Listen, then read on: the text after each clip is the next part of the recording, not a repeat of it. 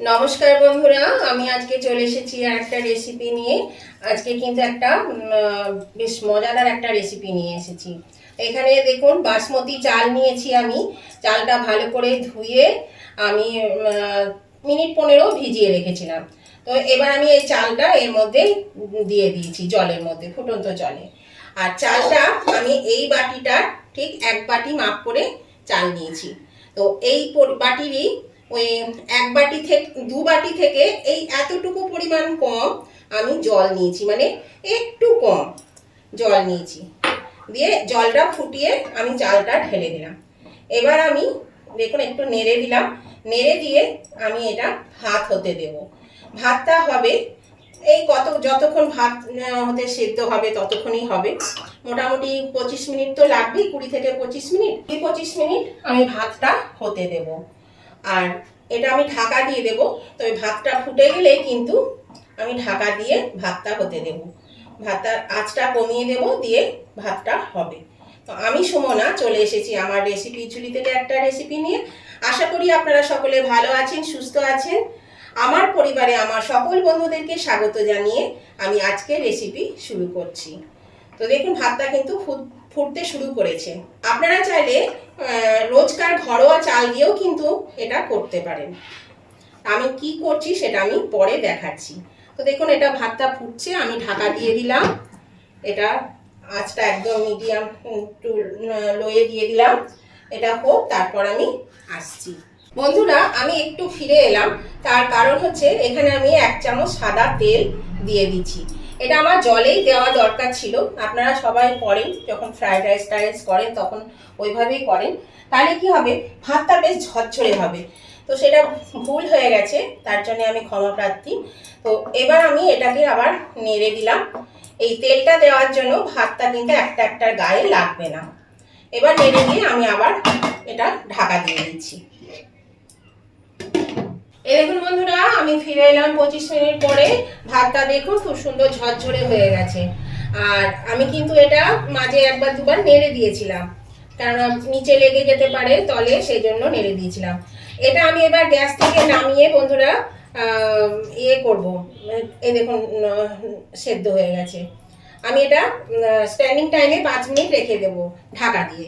গ্যাসটা অফ করে দিলাম, এটা আমি নামিয়ে রাখছি। 5 মিনিট পরে ফিরে এলাম বন্ধুরা। আমি এখানে একটা কানা উঁচু থালা নিয়েছি। এই থালার মধ্যে আমি এই ভাতটা ঢেলে দিচ্ছি। ভাতটা ঢেলে একটু ঠান্ডা করে নিতে হবে, যাতে ভাতটা বেশ ঝরঝরে হয়ে যায়। সেই জন্য এই থালাটা নিলাম। আপনারা আপনাদের বুঝে পাত্র নেবেন, যাতে সুবিধা হয় সেই মতন পাত্র নেবেন। আজকে আমি আপনাদেরকে দেখাবো বন্ধুরা দই ভাত।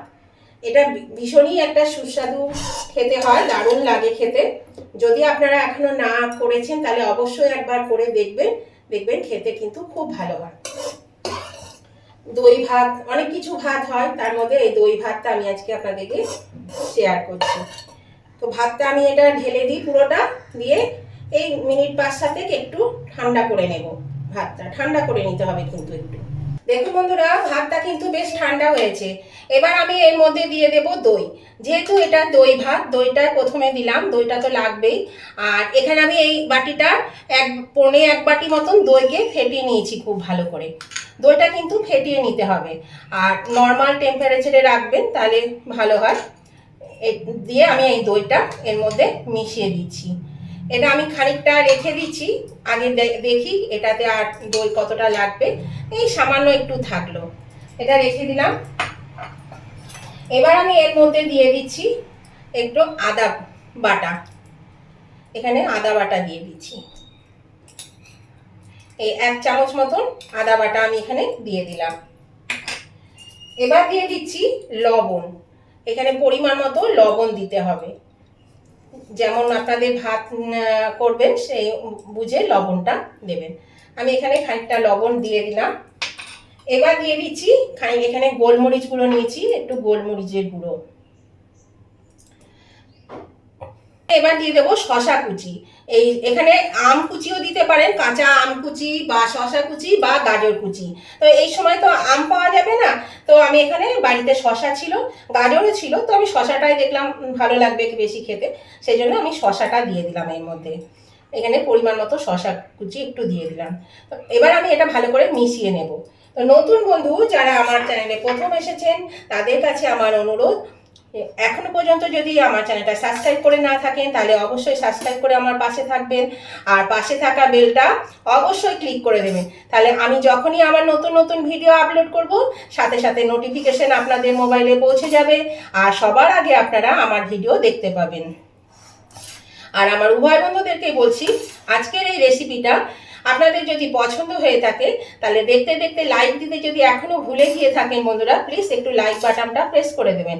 আপনাদের একটা লাইক আমাকে এগিয়ে নিয়ে যেতে অনেকটা সাহায্য করে।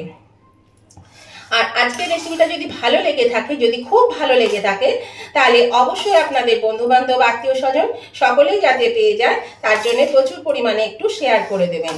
আর কেমন লাগলো আজকের এই দই ভাত রেসিপি সেটা জানাতে কমেন্ট করতে কিন্তু একদম ভুলবেন না বন্ধুরা। কমেন্ট করে দেবেন, একটা কমেন্ট আমাকে পরবর্তী রেসিপি বানাতে অনেকটাই উৎসাহিত করে। আর আপনাদের মিষ্টি মিষ্টি কমেন্টগুলো আমার পড়তেও কিন্তু ভীষণ ভালো লাগে, সেই জন্য একটা মিষ্টি কমেন্ট আপনারা কিন্তু করে দেবেন। আপনারা কিন্তু অনেকেই বন্ধুরা ভিডিও দেখেন কিন্তু কমেন্ট আর লাইক করেন না, প্লিজ একটু কমেন্ট আর লাইকটা করে দেবেন, এটা আমাদের কিন্তু খুব দরকার। আপনারা একটু কমেন্ট আর লাইকটা করে দেবেন, বেশি সময় তো লাগে না, একটু কমেন্ট আর লাইকটা যদি করে দেন তাহলে খুব ভালো হয়। আর পাশে যে দেখবেন একটা হাইপ বাটন আছে সেটা একটু প্রেস করে দেবেন, তাহলে কিন্তু আপনাদের মতন আরও অনেকেই আমার এই ভিডিওগুলো দেখতে পাবে। দেখুন বন্ধুরা, আমি এটা কিন্তু বেশ মাখিয়ে নিলাম। তো আমার কাছে আর সামান্য একটু দই আছে, সেই দইটুকু আমি এর মধ্যে দিয়ে দিচ্ছি। এই বন্ধুরা, দইটা 1 চামচের মতো ছিল, দিয়ে দিলাম। আর আমি যেহেতু টক দই দিয়েছি এখানে একটু মিষ্টি দিলাম, তাহলে ব্যালেন্সটা ভালো হবে, খেতে কিন্তু খুব ভালো লাগবে। এই 1 চামচ মতো মিষ্টি দিয়ে দিলাম। আপনারা চাইলে দেবেন, না হলে দেওয়ার কোনো দরকার নেই, এমনিই হবে।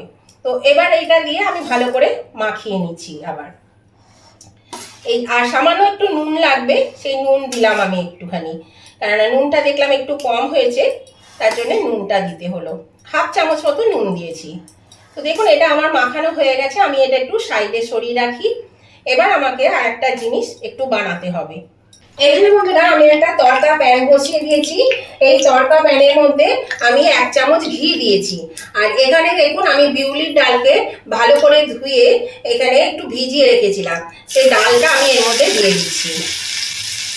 আমি যখনই তড়কা করি এই বিউলির ডাল দিয়ে, তখনই তড়কাটার জন্য আমি এই বিউলির ডালটাকে একটু ধুয়ে ভিজিয়ে রাখি, তাহলে কি হয় বেশ নরম হয়, তাহলে ভালো খাওয়া যায়, নাহলে তো শক্ত হয়ে যায়।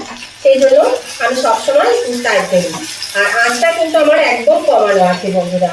এবার দেখুন এটা নেড়ে দিলাম একটু, এর মধ্যে এই 1/2 চামচ কালো সর্ষে দিয়ে দিলাম। সর্ষেগুলো ফাটবে আর বিউলির ডালটা বেশ একটু ব্রাউন কালার হয়ে যাবে। দেখুন বন্ধুরা, এটা কিন্তু ব্রাউন কালার এসে গেছে আর সর্ষেটাও ভাজা হয়ে গেছে। এর মধ্যে দিয়ে দিচ্ছি আমি খানিকটা কারি পাতা। কারি পাতাটা দিয়ে একটু নাড়াচাড়া করে নেব, মানে কারি পাতাটা যেন ভাজা হয় একটু, সেই মতন এটা একটু ভেজে নেব। এই দেখুন বন্ধুরা, আমি এটা নামিয়ে নিয়েছি। এবার এটা আমি এই ভাতের মধ্যে ঢেলে দিচ্ছি, এটা কিন্তু ভাজা হয়ে গেছে। এই ভাতের মধ্যে আমি এটা ঢেলে দিলাম, দিয়ে এবার এই তড়কাটা দিয়ে আমি ভালো করে এটা মাখিয়ে নেব। এই ভাতটা কিন্তু ভালো করে আবার পুরো ভাতটা মাখিয়ে নিতে হবে, এরকম ভাবে পুরো ভাতটা আমি মাখিয়ে নিচ্ছি। এটা খেতে বন্ধুরা ভীষণই ভালো লাগে, আপনারাও কিন্তু একদিন করে খেয়ে দেখবেন। এটা টিফিনেও খেতে পারেন বা লাঞ্চেও খেতে পারেন, আবার ডিনারে খেতে পারেন, কোনো অসুবিধা নেই, যখন ইচ্ছা হবে এটা খেতে পারবেন। আর খেতে কিন্তু ভালোই লাগে। দেখুন আমার কিন্তু এটা ভালো করে মাখানো হয়ে গেল, আমি ছড়িয়ে দিলাম। এবার আমি বন্ধুরা ওপর থেকে একটু ধনেপাতা ছড়িয়ে দেব, পুরো ভাতের মধ্যে ধনেপাতাটা ছড়িয়ে দিচ্ছি। তাহলে বন্ধুরা আজকের এই রেসিপিটা আপনাদের কেমন লেগেছে, তাহলে অবশ্যই কিন্তু উভয় বন্ধুরাই লাইক শেয়ার কমেন্ট করতে ভুলবেন না। আর নতুন বন্ধুরা অবশ্যই সাবস্ক্রাইব করে না থাকলে সাবস্ক্রাইব করে আমার পাশে থাকবেন, আর পাশে থাকা বেলটা অবশ্যই ক্লিক করে দেবেন, তাহলে আমি যখনই আমার নতুন নতুন ভিডিও আপলোড করব সাথে সাথে নোটিফিকেশন আপনাদের মোবাইলে পৌঁছে যাবে, আর সবার আগে আপনারা আমার ভিডিও দেখতে পাবেন। দেখুন এটা পরিবেশনের জন্য আমি একটা ডিশের মধ্যে তুলে দিচ্ছি কিছুটা পরিমাণে। দিয়ে এটা আমি পরিবেশন করব। তাহলে আজকের মতন ভিডিওটা বন্ধুরা এখানেই শেষ করছি। একটু খেয়ে দেখে নিলাম, দারুণ হয়েছে। আবার আমি নতুন ধরনের নতুন কোনো ভিডিও নিয়ে চলে আসবো। ততদিন আপনারা ভালো থাকবেন, সুস্থ থাকবেন। Tata, bye bye.